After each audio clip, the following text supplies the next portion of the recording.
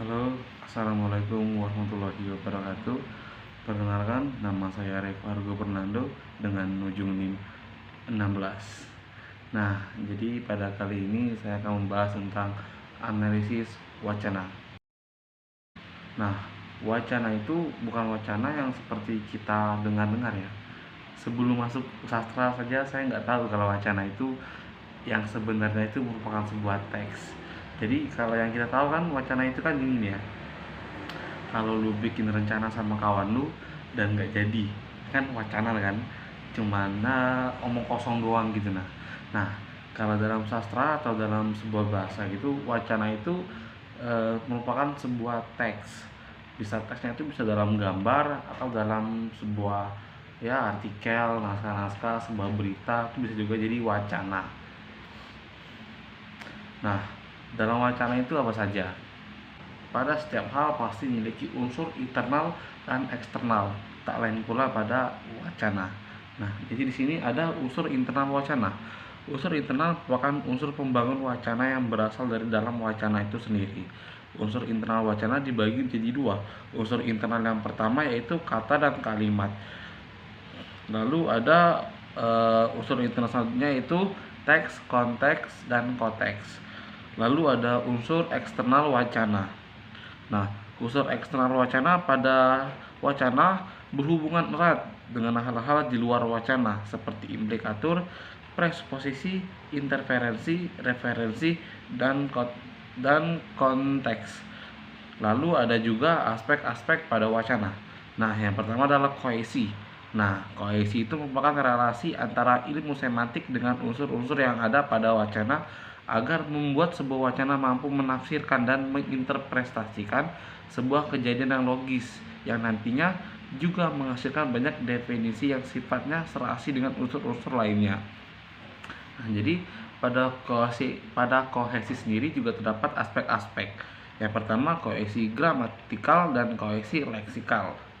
Lalu ada juga keempat syarat disebut sebagai wacana. Ada beberapa persyaratan wacana. Yang pertama ada topik, yang kedua kohesi, dan koherensi, yang ketiga presuposional, dan yang keempat tuturan. Nah, lalu ada koherensi. Kalau tadi kohesi, nah sekarang koherensi.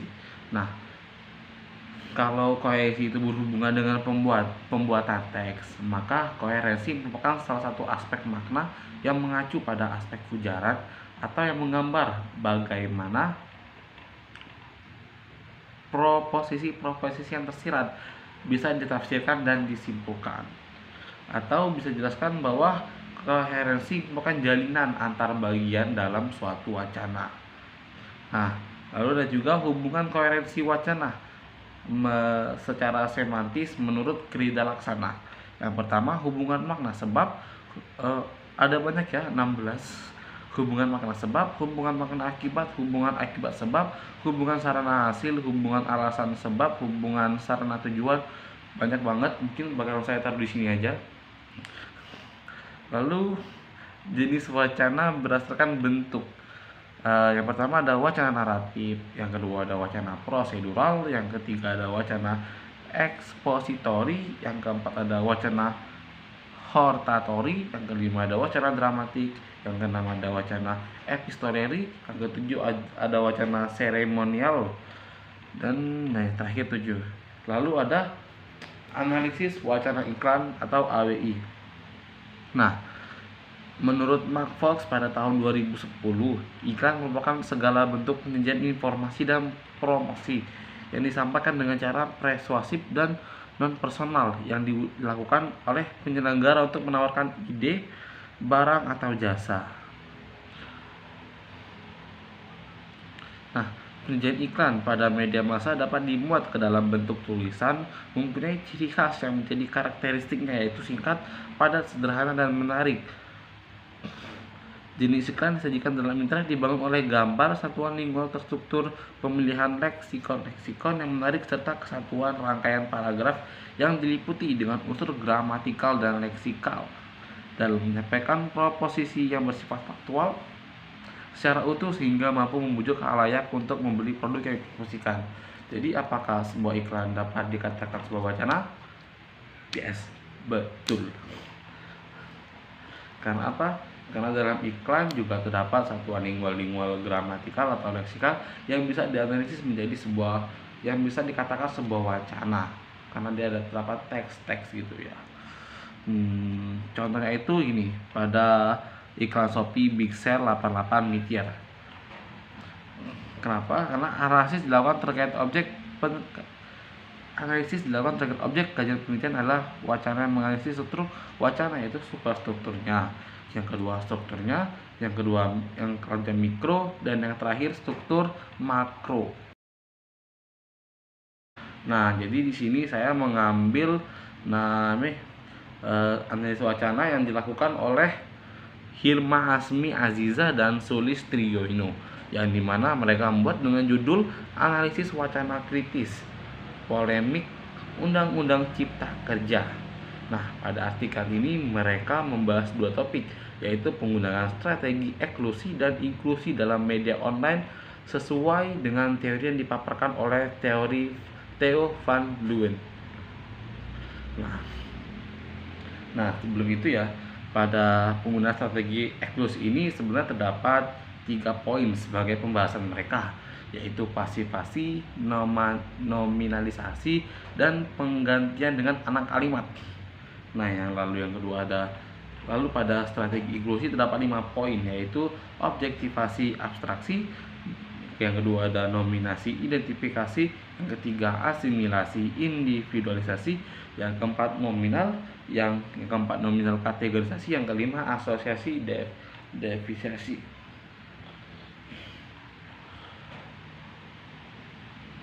Nah, langsung saja ke A, inklusi. Jadi yang pertama itu strategi penggunaan inklusi atau pengeluaran. Inklusi sendiri merupakan hal yang terjadi ketika dalam suatu teks berita terdapat aktor atau kelompok yang tidak dimasukkan dalam pemberitaan. Jadi yang dimaksud adalah seseorang atau aktor dalam pemberitaan adalah menghilangkan atau menyamarkan. Jadi ibarat kata menggunakan nama samaran atau hanya ditulis jenis kelaminnya atau hanya jenis itulah. Sehingga dalam pemberitaan korbanlah yang menjadi pusat perhatian. Lalu yang sesuai tadi saya sebutkan bahwa ada 3 poin dalam inklusi: pasifasi, nominalisasi, dan penggantian dengan anak kalimat. Nah, pasifasi adalah strategi yang digunakan untuk memindahkan aktor sosial dengan tujuan melindungi aktor tersebut dari fokus pembaca. Nah, jadi pada berita yang dipilih oleh sang peneliti ini adalah bahwa dalam strategi ini dengan membuat kalimat dalam bentuk pasif. Mungkin bakalan saya ini ya, taruh saja kutipan yang mengandung pasifasi yang ditemukan dalam media detik.com CNN Indonesia dalam memberitakan polemik pengesahan Undang-Undang Cipta Kerja tersebut yang telah disampaikan oleh sang peneliti. Mungkin bakal saya taruh di sini aja kayak tadi ya, sini. Sini. Nah, kalau dilihat ya pada kutipan teks di sini, tadi itu strategi pasifasi ditandai dengan penggunaan kata dirugikan. Pemilihan bentuk pasif dalam kalimat di atas telah mengaburkan siapa sesungguhnya pelaku yang merugikan. Pihak yang melakukan kerugian kepada pelaku dikeluarkan dari pembicaraan. Pada berita tersebut, hak yang merugikan hanya digambarkan sebagai mereka, tetapi tidak disebutkan secara gamblang. Padahal bila diketahui secara utuh konteksnya akan jelas bahwa mereka mengacu pada pelaku-pelaku kerja dari berbagai profesi dalam lembaga pendidikan. Lalu yang kedua adalah nominalisasi. Nah, nominalisasi adalah strategi yang digunakan untuk menghilangkan kelompok atau aktor sosial tertentu. Jadi lalu saja ke contohnya, yaitu bentuk dari yang diambil dari detik.com yang saya sampaikan oleh sang peneliti. Di sebelah sini juga akan saya taruh. Nah, jadi itu terdapat pula kata penolakan yang termasuk ke dalam jenis kata benda. Kata penolakan tersebut sebenarnya berasal dari kata kerja aktif, menolak. Sedangkan kata kerja aktif untuk diterapkan dalam sebuah kalimat mengharuskan adanya subjek yang dimunculkan. Maka dengan pengubahan kata menolak menjadi penolakan, subjek atau aktor menekan bisa disembunyikan. Nah, penggunaan nominalisasi ini membuat pembaca tidak kritis. Pembaca menjadi lebih memfokuskan perhatiannya pada berbagai elemen lain dan tidak memfokuskan perhatian pada sosok aktor pelaku. Lalu yang ketiga terakhir dari inklusi yaitu penggantian dengan anak kalimat. Nah, kok penggantian anak kalimat? Nah, jadi pengganti subjek bisa dilakukan juga dengan memakai anak kalimat yang sekaligus berfungsi sebagai aktor. Nah, penggantian subjek dengan anak kalimat dapat menghilangkan adanya subjek pelaku dalam peristiwa. Seperti contoh di sini ya, yaitu dalam kalimat di sini disebutkan Undang-Undang Cipta Kerja disahkan dengan alasan bahwa undang-undang ini akan mengubah atau merevisi berbagai hambatan. Begitu. Lalu teori yang kedua itu yaitu inklusi. Inklusi, apa itu inklusi?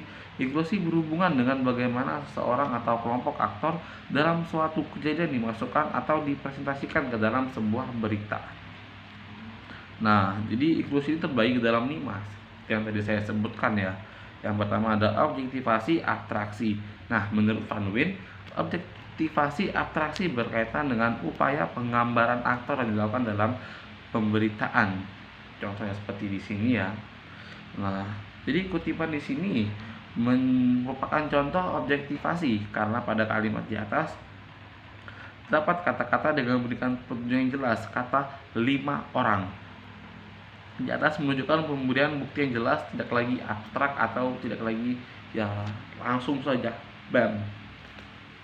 Lalu yang kedua ada nominasi dan identifikasi.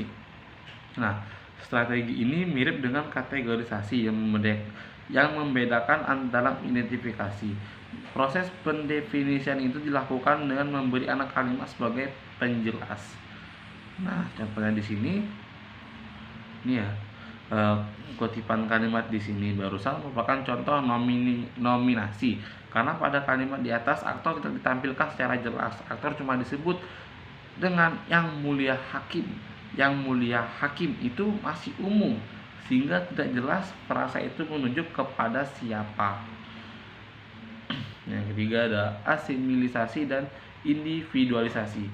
Nah, menurut Van Wijn pada tahun 2008, asimilisasi individualisasi berkaitan dengan pemaparan mengenai kategori aktor sosial. Apakah aktor tersebut spesifik yang disebutkan ataukah komunitas atau kelompok sosialnya? Salah satunya itu pada media online ya, pada CNN Indonesia seperti contoh di sini. Nah, yang mana merupakan contoh asimilisasi karena pada kalimat di sini ya, aktor tidak ditampilkan secara jelas. Aktor cuma disebut dengan sebutan Ketua Departemen Komunikasi dan Media Konfederasi Serikat Pekerja Indonesia atau disingkat KSPI. Nah, penggunaan frasa tersebut sebenarnya masih umum, jadi tidak jelas individu siapa yang dimaksudkan, siapa orangnya siapa, cuma disebutkan organisasinya saja. Nah, atau cuma disebut pangkatnya saja tapi tidak tahu siapa orangnya. Lalu yang ada nominasi dan kategorisasi. Nah, kalau menurut Van Wijn pada tahun 2008, strategi nominasi dan kategorisasi berkaitan dengan pemilihan pengemukakan identifikasi individu, apakah disebutkan sesuai apa adanya atau dalam kategori-kategori seperti jenis kelamin, ras, agama, fisik dan lain-lain. Nah, seperti contoh di sini, perwakilan buruh yang demo di depan sini ya. Seperti di contoh di sini, aktor dalam kalimat di sini tidak tulis dengan jelas, tetapi hanya disebut dengan perwakilan buruh saja. Sedangkan perwakilan buruh itu banyak, sehingga tidak terlihat dengan jelas siapa buruh yang dimaksud. Strategi wacana ini disebut dengan nominasi. Lalu yang terakhir yang kelima, asosiasi atau disosiasi. Nah, menurut Van Wijn pada tahun 2008, disosiasi berhubungan dengan pemberitaan aktor sosial yang diarahkan pada individunya atau dikaitkan dengan kelompok lain yang lebih besar. Pada strategi asosiasi, aktor atau satu pihak tidak ditampilkan sendiri tetapi dihubungkan dengan kelompok lain yang lebih besar. Nah, seperti contoh di sini ya, kalimat di sini merupakan contoh penggunaan strategi asosiasi. Aktor pada kalimat di sini dihubungkan dengan aktor lain. Dalam pernyataan Presiden Konfederasi Serikat Pekerja Indonesia (KSPI) Said Iqbal, aktor buruh yang melakukan aksi mogok dihubungkan dengan aktor pemerintah yang gagal menaikkan upah. Baiklah teman, saya ucapkan terima kasih. Wassalamualaikum warahmatullahi wabarakatuh. Bye bye.